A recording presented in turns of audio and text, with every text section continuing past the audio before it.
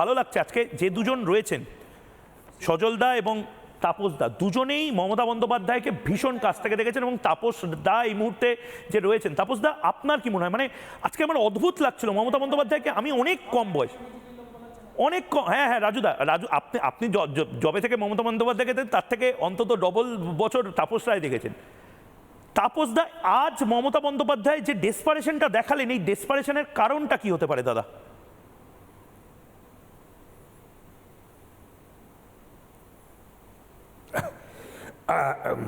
ময়ূক, কত রঙ্গ আর দেখবো বাংলায়। তবে মমতা ব্যানার্জি আরও যে কটা দিন আছে, সেটা 3 মাস হোক 4 মাস হোক, এরকম প্রতিদিনই রঙ্গ দেখতে হবে।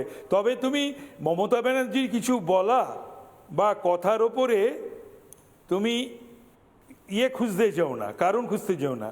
এটা অসুস্থতার লক্ষণ, এটা অস্বাভাবিক। এ তো ওই চেয়ারে বসা একটা মানুষ, মানে মুখ্যমন্ত্রী না গুন্ডা? এগুলো করা যায়?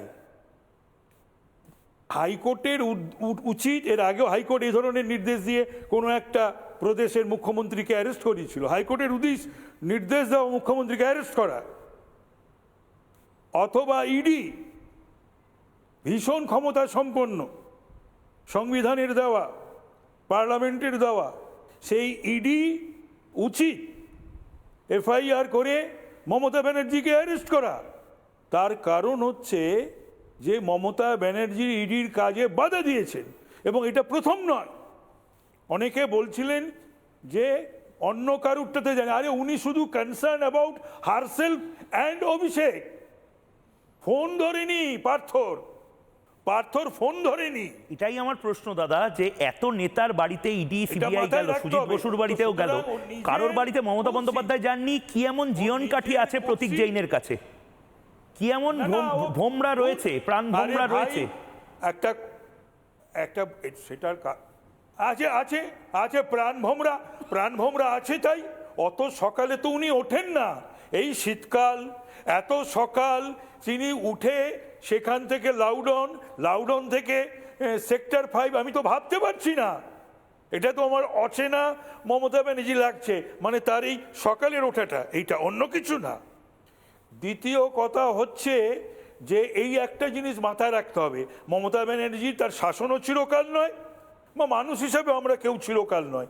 কিন্তু এই যে পুলিশ অফিসাররা, আধিকারিক বা কর্মীরা ওনার সঙ্গে গেছিলেন, সে লাউডনে হোক বা ওই সেক্টর 5-এ হোক, তারা তো পুলিশ কর্মী।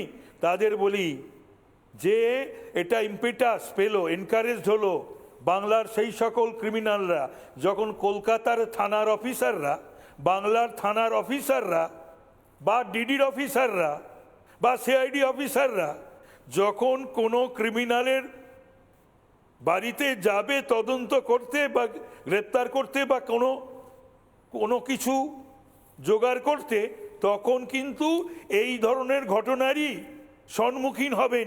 সেটাও কিন্তু মমতা ব্যানার্জি আজকে ঠিক করে দিয়ে গেলেন। নানা ধরনের কন্টেন্ট দেখার জন্য লাইক করুন, শেয়ার করুন আমাদের ফেসবুক পেজ, সাবস্ক্রাইব করুন আমাদের ইউটিউব চ্যানেল। পাশাপাশি অন্যান্য ব্রেকিং নিউজের জন্য অবশ্যই চোখ রাখুন রিপাবলিক বাংলায়।